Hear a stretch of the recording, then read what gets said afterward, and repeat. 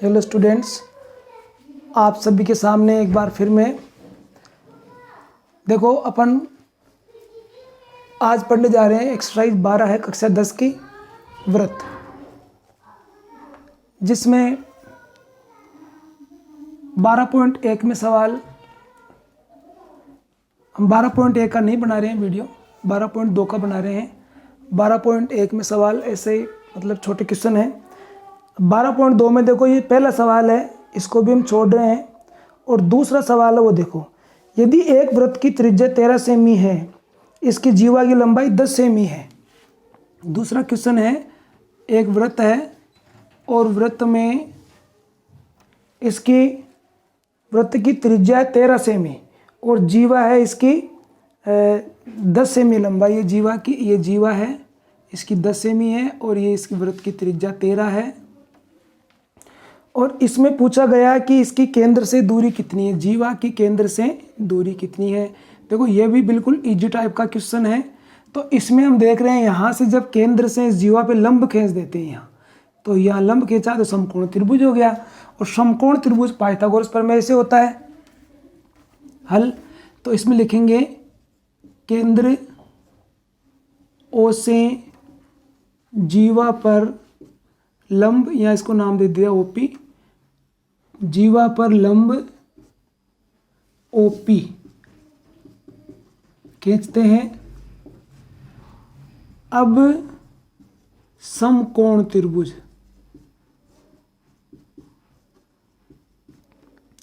O P B में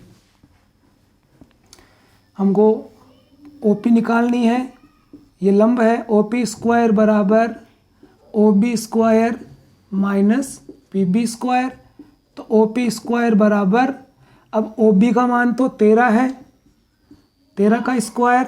और अब ये जीवा पे जब लंब खींचते हैं तो जीवा आधी आधी हो जाती है, तो ये 5 5 हो जाएगी। तो इधर हो गया 5 का स्क्वायर ओपी स्क्वायर, या ओपी स्क्वायर इक्वल टू 13 का वर्ग हो गया 169, इसका हो जाएगा 25। तो ओपी स्क्वायर बराबर ये हो गया 144, और जब इसका वर्गमूल करेंगे तो ये हो जाएगा 12 सेमी।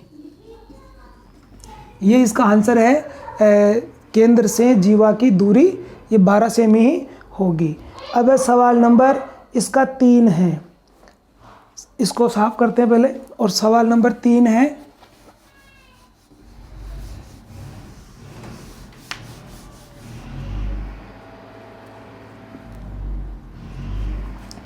सवाल नंबर 3 में है, एक वृत्त की दो जीवाएं ए बी और सी डी जिनकी लंबाइयां 6 सेमी और 12 सेमी है। एक वृत्त है, इसमें दो जीवाएं हैं जिनकी लंबाइयां हैं 6 सेमी और 12 सेमी, एक दूसरे के समांतर है और वृत्त के केंद्र के एक ही ओर है। ये चीज़ ध्यान देने योग्य है कि दोनों समांतर भी है। समांतर तो हम इधर भी खींच सकते हैं, लेकिन इसमें कहा गया है कि केंद्र के एक ही ओर है। एक जीवा है 6 सेमी की और एक जीवा है 12 सेमी की। तो ये छोटी वाली 6 की मानते हैं और बड़ी वाली 12 की है। अब हम क्या करते हैं, हम इस पे दोनों जीवाओं पे इन पे एक साथ लंब खींच देते हैं। ओ जीवाओं का नाम ओ ए बी और यहाँ लिख दिया पी क्यू, और जो लंब यहाँ आ रहा है इसको एल और एम कह देते हैं। और इस पे ये त्रिज्या इधर भी खींच दी और ये त्रिज्या इधर भी खींच दी त्रिज्या। अब ये हमें पूछ रहे हैं कि इस वृत्त की त्रिज्या ज्ञात करनी है हमें, और दोनों जीवों के बीच की दूरी है 3 सेमी। ये दूरी जो है 3 सेमी है, एल एम दूरी 3 सेमी है। अब हमारे पास वही, हमने इस पे लंब खींचा है तो यहाँ पर भी 90 डिग्री बन रहा है और यहाँ पर भी 90 डिग्री बन रहा है। दो समकोण त्रिभुज हमें यहाँ मिले हैं। तो अब लिखते हैं यहाँ, दोनों जीवाओं पर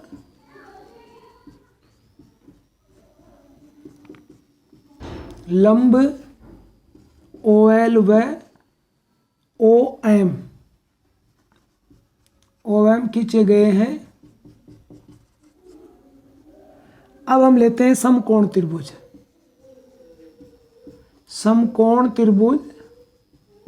पहले ये ले लेते हैं, त्रिज्या को R कह देते हैं यहाँ, माना त्रिज्या r है, माना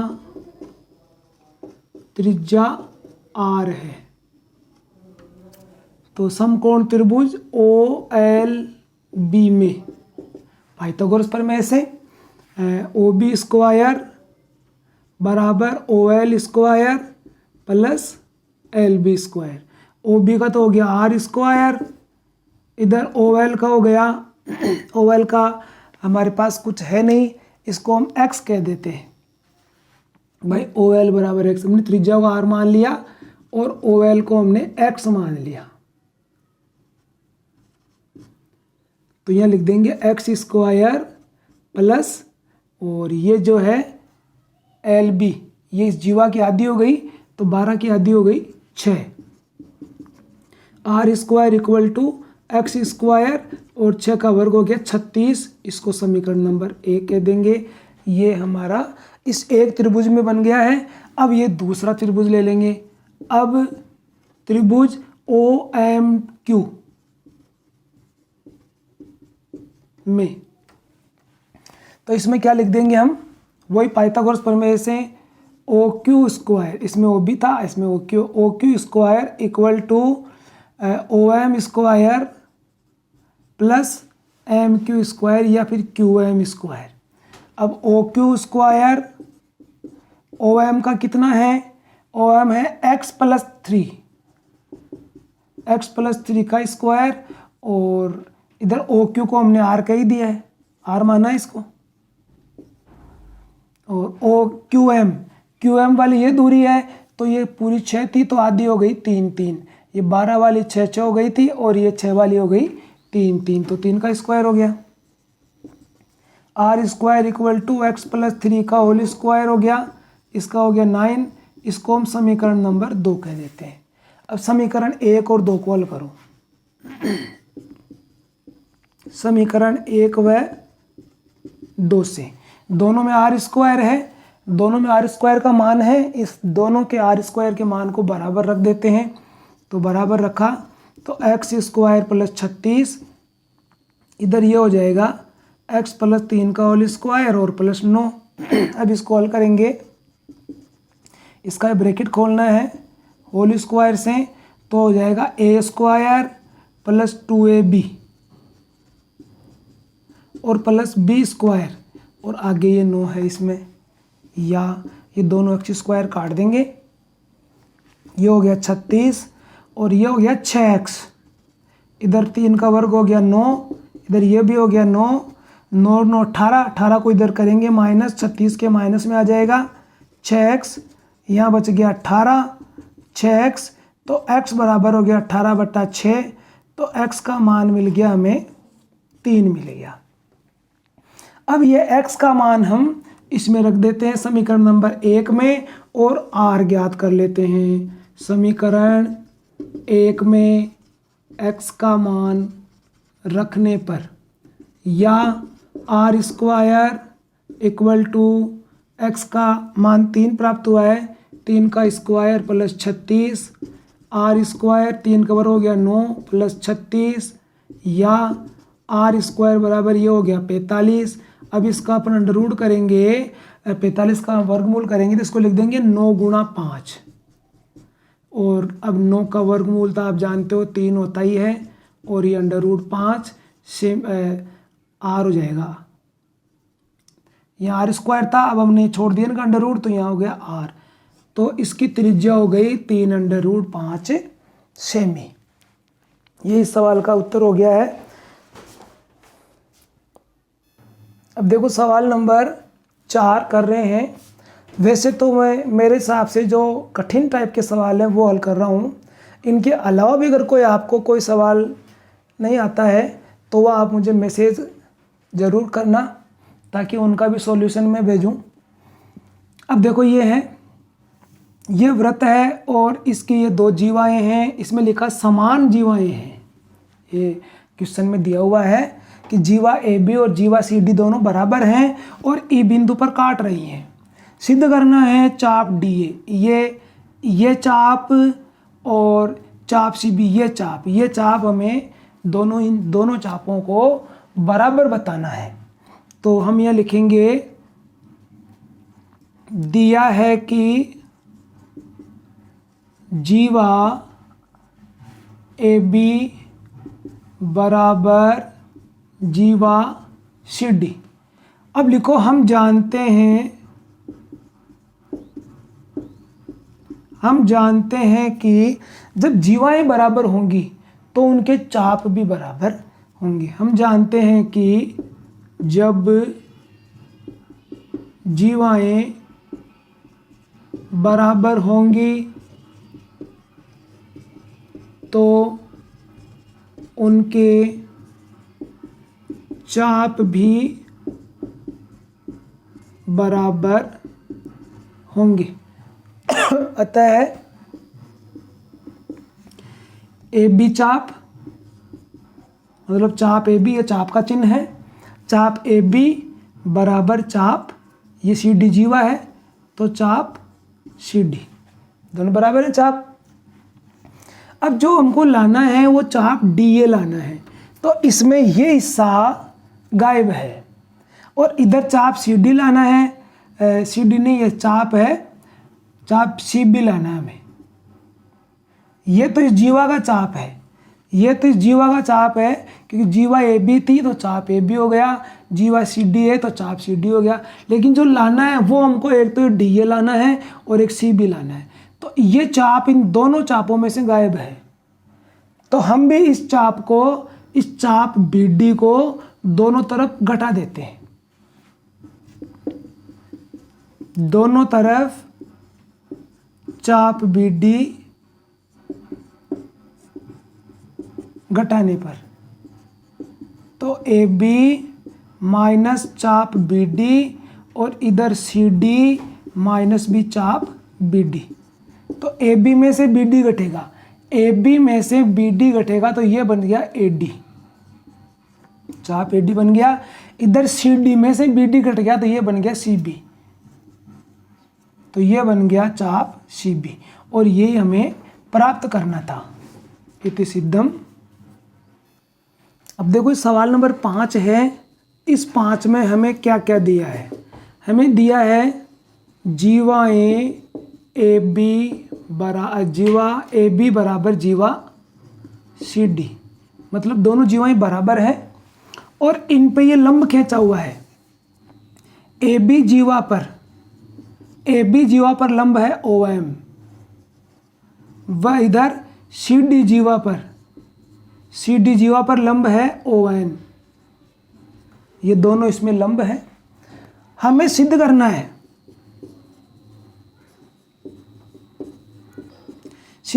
कोण ओ एम एन, ये ओ एम एन और इधर कोण ओ एन एम, ये दोनों कोण हमें बराबर सिद्ध करने हैं। अब देखो इसकी उत्पत्ति में हम क्या लिखते हैं।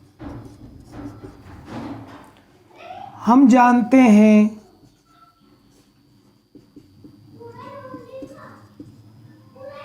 कि बराबर जीवाओं पर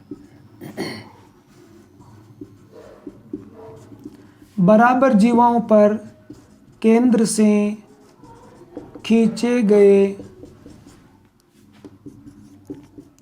लंब की लंबाई बराबर होती है। बराबर जीवाओं पर केंद्र से खींचे गए लंब की लंबाई बराबर होती है। अतः OM और OM बराबर ON, इसको समीकरण 1 कह देते हैं। अब लेते हैं ये त्रिभुज। अब त्रिभुज OMN में क्या है कि OM बराबर ON, और ये समीकरण 1 से है। समीकरण 1 से क्यों है? क्योंकि ये त्रिभुज है और त्रिभुज में ये दोनों इसकी भुजाएं हैं, ये दोनों भुजाएं बराबर है। बराबर क्यों है? समीकरण 1 से है। समीकरण 1 कैसे बना कि जीवाएं बराबर है तो उन पे खींचा गया लंब बराबर होता है। अब हम एक चीज और जानते हैं कि त्रिभुज में जब दो भुजाएं बराबर होगी तो वो समद्विबाहु त्रिभुज हो गया। और ये भी जानते हैं कि समान भुजाओं के सम्मुख कोण बराबर होते हैं। तो यहाँ लिख देंगे अतः कोण OMN बराबर कोण ONM। यहाँ कारण लिख देंगे, कारण ये है कि त्रिभुज में बराबर भुजाओं के सम्मुख कोण बराबर होते हैं, इसलिए दोनों कोण बराबर हो गए, इति सिद्धम। अब देखिए सवाल नंबर 6 है और इसके अंदर ये दो वृत्त हैं जो आपस में काट रहे हैं दो बिंदुओं पर, और ये इस कटान बिंदु से गुजरती हुई जीवा AB खींची गई है इस बिंदु C से, और ये भी दिया है कि ये AB और ये OO डैश दोनों समांतर हैं। यह लिखा है, ये हमको दिया हुआ है और सिद्ध करना है, सिद्ध करना है AB बराबर 2 OO डैश, AB बराबर 2 OO डैश। मैंने इसको ब्रैकेट में लिख दिया है क्योंकि अगर मैं ब्रैकेट में लगाऊंगा तो ये 200 की तरह लगेगा या फिर 20 O डैश की तरह लगेगा, इसलिए ब्रैकेट लगा दिया यहाँ। अब उपपत्ति में लिखते हैं हम, देखो भाई AB समांतर OO डैश है, अतः समांतर रेखाओं के बीच की दूरियां बराबर होती है। समांतर रेखाओं के बीच में जो लंबवत दूरी है, ये लंबवत दूरी है, वो बराबर होती है। अतः क्या लिखेंगे यहाँ, O डैश E बराबर OD।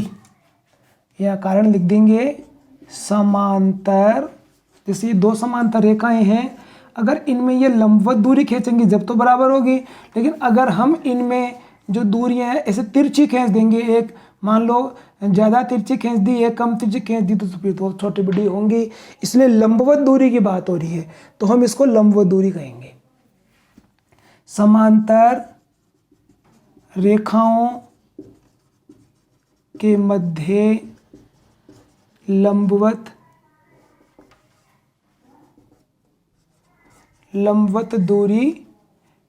दूरियां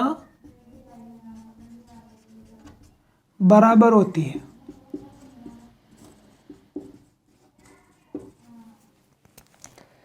अब जब ये दोनों समांतर हैं और ये बराबर है, इसलिए हम इसको समांतर चतुर्भुज कह सकते हैं। और वैसे यहाँ लंबवत है तो यहाँ 90 डिग्री हो गया, तो हम इसको आयत भी कह सकते हैं। तो लिख देते हैं अतः O डैश ODE एक समांतर चतुर्भुज है। अब देखो इसमें आगे हमको ये सिद्ध करना है। अभी तो हमने इसको समांतर चतुर्भुज बताया है, तो समांतर चतुर्भुज की सम्मुख भुजाएं बराबर होती है। यहाँ लिखेंगे सच की सम्मुख भुजाएं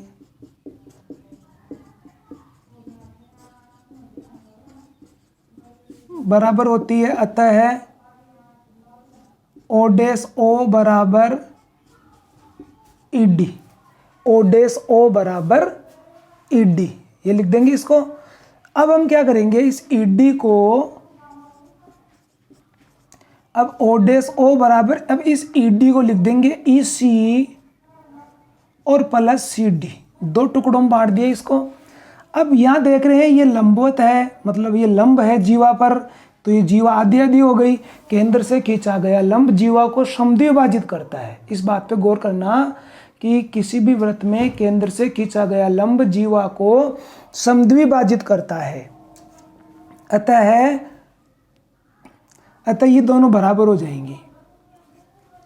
O डैश O बराबर, अब ये EC है ना, इसकी आधी हो गई BC की, तो इसको क्या लिख देंगे हम, BC बटा 2। इधर CD को लिख देंगे कि AC बटा 2।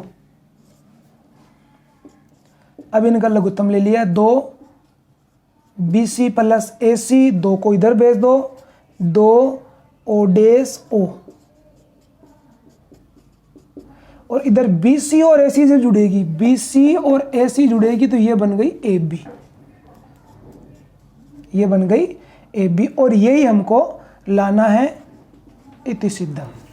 इसी के साथ में धन्यवाद।